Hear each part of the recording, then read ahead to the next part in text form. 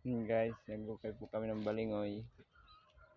Dito po sa aming balingoyan.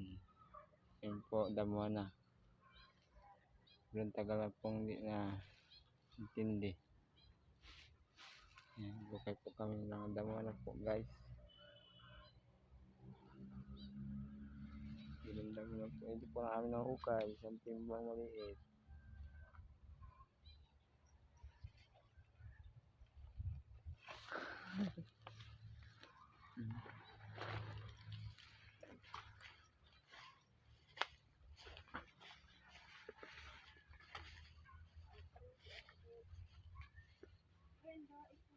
Dito pa ano kaya yung saging?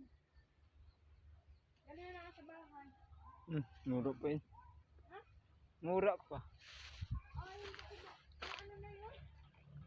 Paano daw ng bako?